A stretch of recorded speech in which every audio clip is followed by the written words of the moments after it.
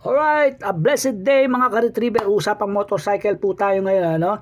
So ipineflex lang po natin yung ating bagong ikinabit sa ating Honda ADB 160, yung ating bracket at yung ating top box. Ito po yung Optimum K3 bracket at yung hybrid na anti-scratch top box na alloy. So nabili po natin to kay Sir Ned Adriano, kay Idol, ano?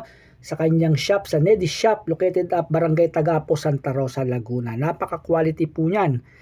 Napakaganda, napakatibay po at murang-mura lang po kay Idol Ned Adriano. Pre-installation po sila mga ka-retriever. Mapuntahan lang po at dalawin natin ang kanyang shop.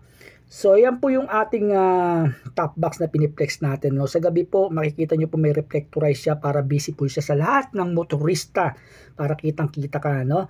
So yan lang po mga ka-retriever. Piniplex lang po natin yung ikinabit natin sa ating Honda ADB 160. Okay, thank you for watching. Ride safe, keep safe always. This is the Black Retriever once again. I love you all.